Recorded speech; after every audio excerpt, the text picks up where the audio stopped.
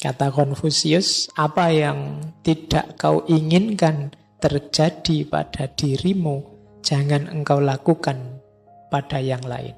Jadi jangan melakukan apa yang kalau itu menimpamu, kamu tidak senang. Kalau tidak suka dibohongi, jangan membohongi orang. Kalau kamu tidak suka dimaki-maki, jangan maki-maki orang. Jadi orang bermoral itu ada rumus sederhananya ini.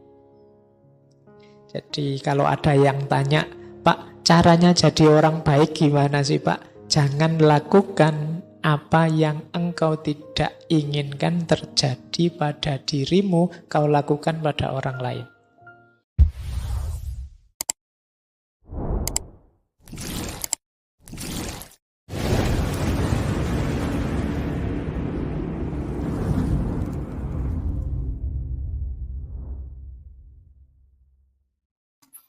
Assalamualaikum warahmatullahi wabarakatuh.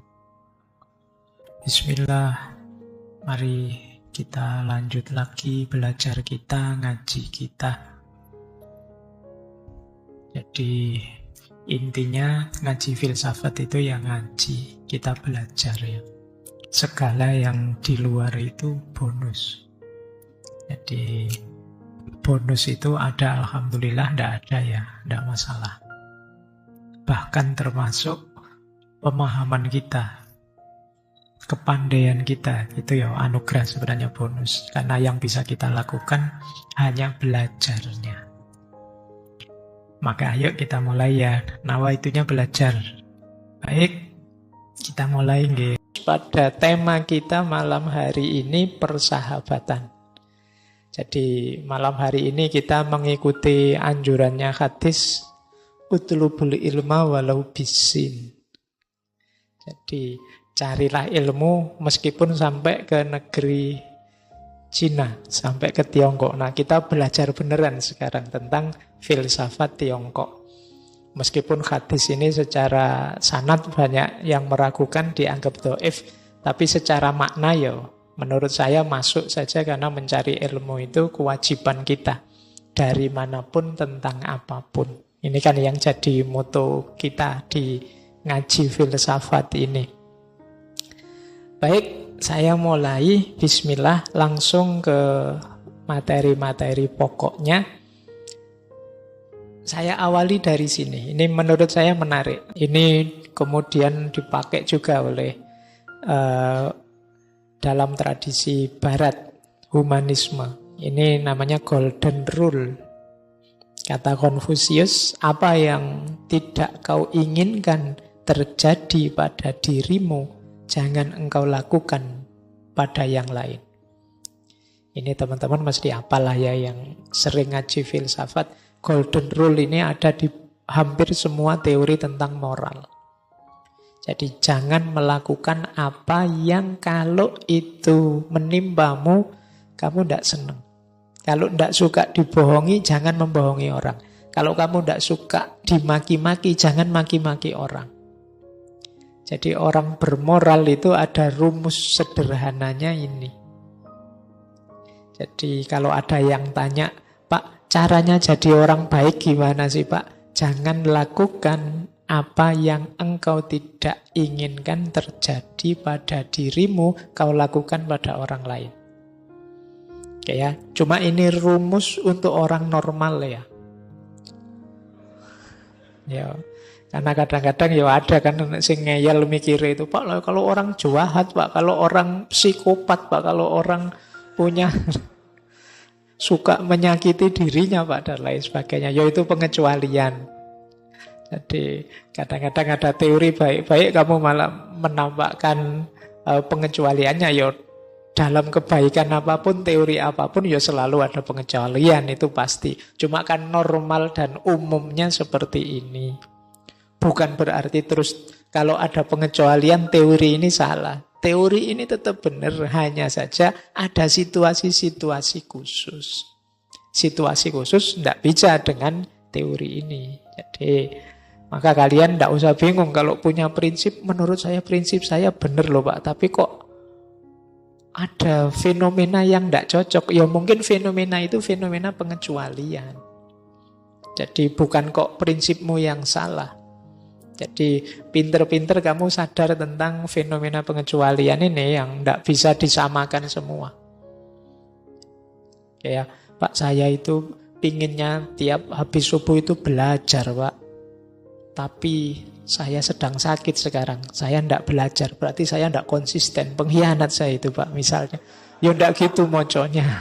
Jadi sedang sakit itu pengecualian. Jadi sama kayak kemarin itu loh, Pak. Katanya ke masjid itu kan utama. Kemarin saya kok dilarang ke masjid sih, Pak. Waktu pandemi kan gitu. Iya, pandemi berarti situasi pengecualian, situasi khusus. Teorinya tidak bisa digeneralkan sama begitu saja. Jadi jangan bingung kalau ada orang bantah pikiranmu pakai fakta-fakta pengecualian. Fakta pengecualian ya pemahamannya berarti khusus. Tidak seperti yang umum. Ya kayak teori ini kan. Ya, ini kalau yang membaca psikopat ya mungkin beda lagi. Orang yang suka menyakiti dirinya mungkin beda lagi. Jadi ya secara umum jangan engkau lakukan, engkau lakukan pada orang lain apa yang kamu tidak mau dilakukan pada dirimu. Pak, saya suka Bapak kalau dikhianati itu misalnya. Jadi saya bebas dong mengkhianati orang. Tidak, teorimu, teori pengecualian itu tidak bisa disamakan dengan orang lain. Wong saya itu kalau diputus malah seneng ya Pak. Jadi kan saya bebas kalau punya pacar tak putus saja bolak-balik misalnya. Nah, itu ya yang tidak normal ya kamu. Kita lanjut lagi. Saya tidak tahu mengulang apa tidak ini, tapi mungkin mengingatkan kita. Proses hidup beliau menurut cerita beliau sendiri. Jadi kata beliau begini. Pada umur 15 tahun, aku siapkan hatiku untuk belajar. Jadi 15 tahun itu sudah mulai siap belajar yang serius, tidak lagi belajar yang dasar-dasar. Pada usia 30 tahun, aku merasa diriku sudah mapan. Jadi mungkin ini urusan spiritual ya, urusan kemapanan batinnya. Jadi 30 tahun itu sudah established, tidak lagi labil ke sana kemari, tidak jelas. Jadi 30 tahun itu mapan. 40 tahun aku tidak punya keraguan lagi dalam diriku. Ini kalau Nabi Muhammad sudah dapat wahyu 40 tahun. Jadi orang kalau sudah 40 tahun itu biasanya ya sudah sulit belok-belok lagi. Kalau jahat sampai 40 tahun itu membereskannya sudah sulit, sudah mengakar. Jadi 40 tahun itu era orang mantap. 30 tahun mapan, 40 tahun mantap. 15 tahun start jadi orang dewasa siap-siap. Nah, saya tidak tahu kalian sudah sampai titik mana. Semoga nanti pas 30 sudah mapan. Iya. Atau ada yang sudah 30 belum mapan, ya tidak apa-apa. Yang penting 40-nya nanti mantap. Ya, kalau belum mantap ya anggap saja belum Pak. Saya usia fisiknya 40 tapi usia spiritualnya belum, tidak apa-apa. Bisa. Nah, jadi 40 mantap. 50 itu bahasanya Konfusius, aku tahu wasiat surga. Kalau ini sudah lebih masuk lagi, tahu wasiat surga itu ya sudah spiritualitasnya tinggi. Dan 10 tahun kemudian aku siap mendengar itu.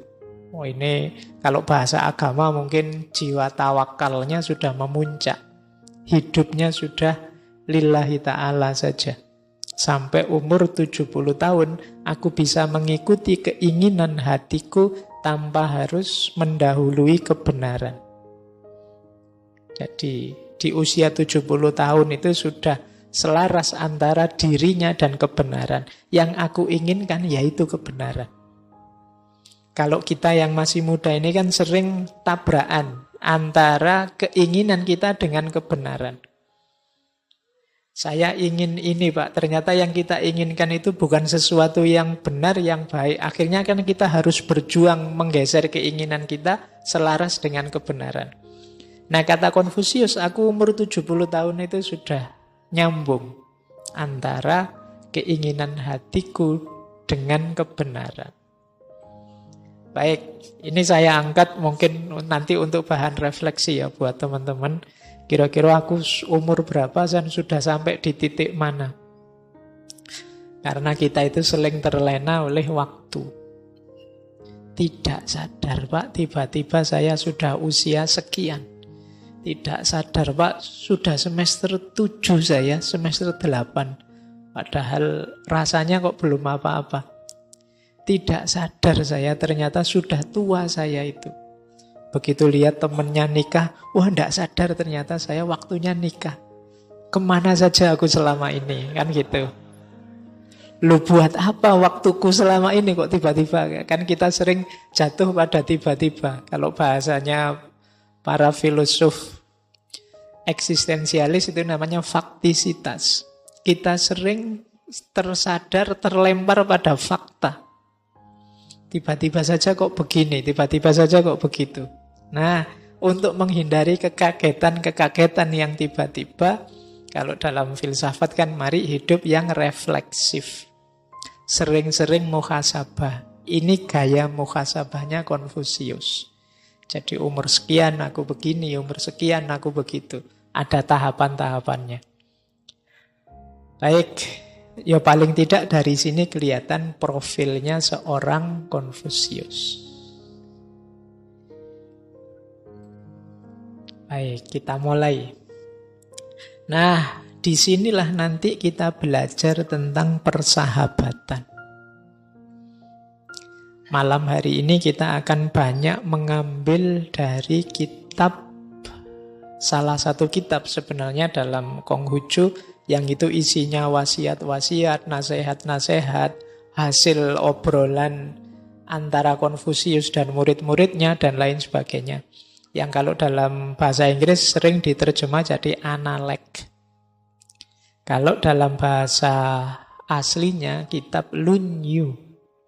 Lunyu itu jangan disamakan dengan bahasa Jawa ya.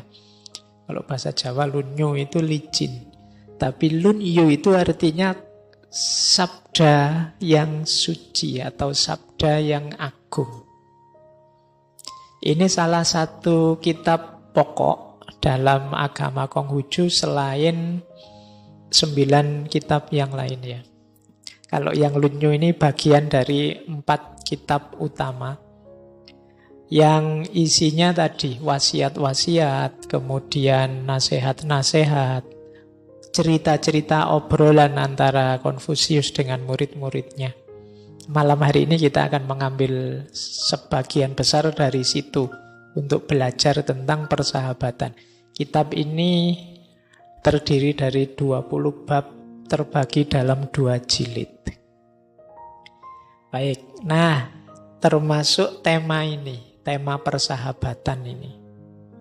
Jadi persahabatan itu satu dari 5 hubungan yang kita jalin di dunia ini. Yang paling istimewa, nanti kita lihat istimewanya di mana. Jadi ini adalah kalau bahasa Inggrisnya cardinal relation. Hubungan yang paling pokok dalam hidup kita. Yang pertama atasan dan bawahan.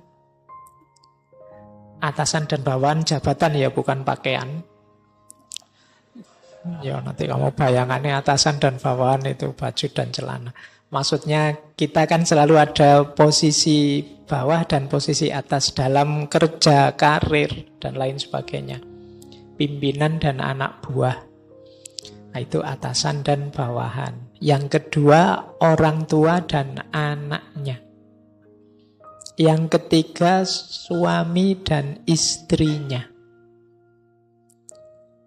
Yang keempat, kakak dan adiknya. Baru yang terakhir, teman dan teman. Ini hubungan nomor 5, hubungan persahabatan. Malam hari ini kita hanya membahas itu. Dasarnya dari semua hubungan itu xiao atau respect atau penghormatan, penghargaan. Ini dasar dari semua hubungan itu. Kalau dalam satu hubungan tidak ada respect, tidak ada penghargaan, hubungan itu tidak akan nikmat, tidak akan langgeng. Apapun jenis hubungannya. Maka saling menghargai itu penting. Apapun jenis relasinya, kalau kita kehilangan respect, tidak saling menghargai, kalian tidak akan nyaman dalam hidupmu. Apakah itu antar teman, antar saudara, bahkan antar anak bangsa. Jadi harus ada respect, menghargai. Menghargai itu nanti hubungannya dengan kita terima dia apa adanya, sesuai kondisinya, kita hormati pilihan-pilihan hidupnya. Itu namanya respect. Jadi dasar yang pertama ini, jadi relasi-relasi yang harus kita perhatikan. Kuncinya di situ nanti. Nah, istimewanya apa? Hubungan teman dengan teman ini, istimewanya adalah ini satu-satunya hubungan yang tidak atas bawah tapi sejajar. 4 hubungan yang lain, yang tadi ada atasan bawahan, orang tua dengan anaknya, itu kan hubungan atas bawah. Tapi satu-satunya yang sejajar ini hubungan antar teman. Nah, kalau 4 yang atas, itu rumusnya kan superior, inferior, atau superior dengan subordinat. Ada atas bawah. Yang ini secara umum rumusnya yang atas menyayangi yang bawah menghormati yang atas. Jadi bahkan nanti antara yang subordinat dengan yang superior ini disarankan jangan terlalu dekat. Karena kalau terlalu dekat sulit menjalankan fungsi-fungsi atas bawah tadi, karena yang atas ini punya tugas bimbing, mengarahkan, mengambil kebijakan, nuntun, dan lain sebagainya. Sementara yang bawah punya rumus bakti, mengikuti, menghormati, dan lain sebagainya. Kalau terlalu dekat, sangat dekat, sehingga lupa fungsi masing-masing, malah tidak fungsional. Jadi kayak kalian misalnya sama orang tua, itu kan tetap harus tahu jaraknya. Bahwa aku ini anak, beliau orang tua. Sedekat apapun jangan lupakan ini. Karena meskipun kalian pinternya luar biasa, orang tua tetap punya fungsi-fungsi nuntun, menasehati, memberitahu, dan lain sebagainya. Kalian kan tidak bisa bersikap pada orang tua sama seperti pada teman yang sangat dekat. Ada aspek-aspek susila tata krama yang membedakan. Itu juga nanti yang dipesankan oleh Konfusius. Jadi termasuk kakak adik, termasuk suami istri. Ini nanti ada rumusnya masing-masing. Mungkin lain waktu bisa kita bahas yang antara superior dengan subordinat ini. Yang mensyaratkan pemahaman terhadap fungsi masing-masing meskipun ada timbal baliknya. Yang atas menyayangi yang bawah menghormati yang atasnya.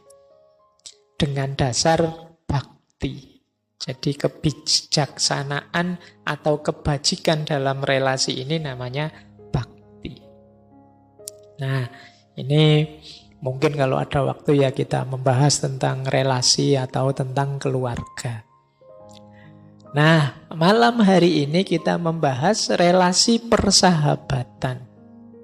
Kalau dalam persahabatan ini setara, tidak atas bawah. Jadi penekanannya ada pada saling memberi, saling memotivasi, saling belajar. Jadi untuk kebaikan bersama dan perbaikan bersama. Jadi sahabat itu ya kebaikan ya perbaikan. Kebaikan itu berarti berdua melakukan hal-hal yang bajik, yang baik, yang bijak, dan semakin baik, semakin baik. Kalau tadi hubungan keluarga yang atas bawah dasarnya bakti, kalau persahabatan itu dasarnya percaya. Jadi kalau sudah tidak ada rasa saling percaya, ya sulit jadi sahabat, menjalankan fungsi-fungsi persahabatan. Jadi ini dasar hubungan tadi ya. Ada 5 hubungan, yang 4 atas bawah, yang kelima satu-satunya yang setara, itulah namanya persahabatan. Dan ini istimewanya. Jadi yang paling istimewa dari 5 ini yang sahabat. Oke, baik. Jadi dasarnya ini ya, nanti diingat-ingat. Lanjut. Nah, kita dengan sahabat itu ada di satu arena. Jadi sahabat itu arena kebajikan. Jadi medan kita bersama-sama melakukan kebaikan. Jadi semakin banyak sahabat, semakin luas medan kebaikan. Harusnya begitu. Meskipun kadang-kadang ya banyak sahabat, tambah repot. Banyak kenalan tambah sumpek, kan kadang-kadang juga begitu. Tapi mungkin kita salah menyikapi persahabatan itu. Harusnya persahabatan itu jadi arena kebaikan.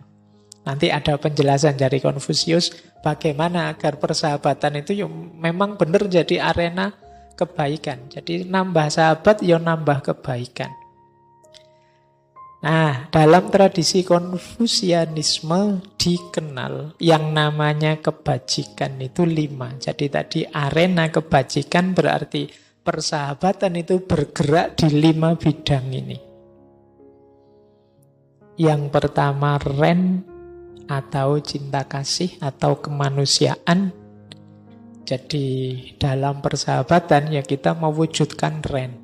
Bagaimana kita memanusiakan manusia. Bagaimana kita saling menyayangi, saling mencintai antar manusia. Jadi kita hidup secara manusiawi antara lain dengan memanusiakan orang lain, menyayangi orang lain. Ini dasar hidup manusia yang punya, yaitu namanya ren. Kalau teori tentang cinta kan teman-teman mestinya wapal kan, sudah bolak-balik kita bahas cinta-cintanan. Kasih sayang, rahmatan lil alamin. Ini tema-tema agung, tema-tema besar. Yang asik dan indah kalau dibahas, meskipun dalam prakteknya tidak mudah. Kita sering melihat kajian-kajian, mendengar kajian-kajian tentang cinta, biasanya rame. Tapi dalam praktek kita sehari-hari kita jarang melihat praksis-praksis cinta yang agung. Nah, di hampir semua agama sebenarnya cinta itu kan jadi tema utama. Jadi medan persahabatan harusnya juga begitu. Jadi medan saling menyayangi, saling mencintai. Ya ndak harus cinta yang jenisnya eros, romantik ya. Kalau saya ngomong cinta kan pikiranmu sudah bayanganmu yang romantik-romantik, yang eros. Ndak, ini jenis filia. Jadi cinta yang jenisnya persahabatan. Laki-laki dan laki-laki. Ya meskipun bukan LGBT. Yang sekarang rame lagi itu ya. Oke. Jadi yang pertama itu, persahabatan itu medan kasih sayang. Semakin banyak sahabat, semakin luas medan kasih sayangmu. Yang kedua, yi. Nah, yi ini kebenaran, keadilan, kewajiban. Kalau ini norma-norma standar dalam hidup yang harus kita penuhi. Jadi orang hidup itu ya standar minimalnya kan harusnya adil. Dan kewajiban-kewajiban pokok jangan dilupakan. Nah itu namanya yi. Baik, yang ketiga li.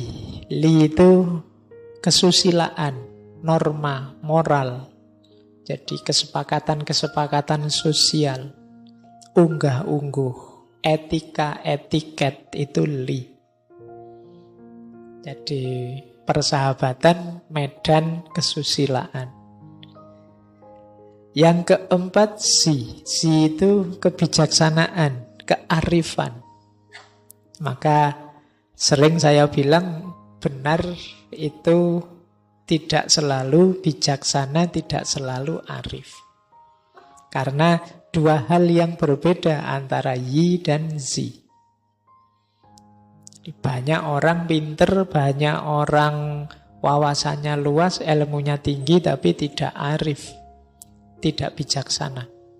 Banyak orang yang menggunakan kebenaran untuk kepentingannya yang tidak maslahat. Itu namanya tidak arif.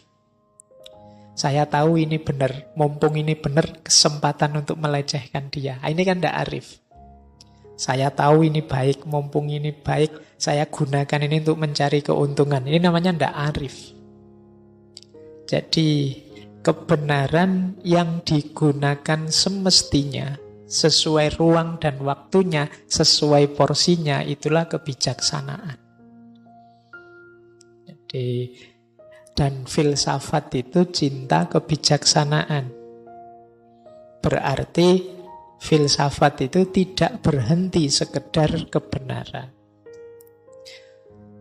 Kalau begitu apa filsafat itu boleh Pak langsung bijaksana tapi tidak benar, tidak boleh. Jadi dasarnya tetap harus kebenaran, keadilan, baru dilampaui. Makanya kalau kita Jumatan itu sering mendengar kalimat innallaha ya'muru bil adli wal ihsan. Jadi adil itu pas, memang benarnya begitu. Tapi kalau bisa ditambahi ihsan. Ihsan itu lebih dekat ke bijaksana tadi, pas, sesuai, cocok situasi, ruang, dan waktunya. Nah, jadi mari kita cari kebenaran dan latihan bijaksana. Berarti latihan membaca situasi sesuai dengan ruang dan waktu hidup kita. Itulah kebijaksanaan. Kalau dalam dunia tasawuf bahkan pakai istilah kearifan. Dalam bahasa Indonesia digabung arif dan bijaksana.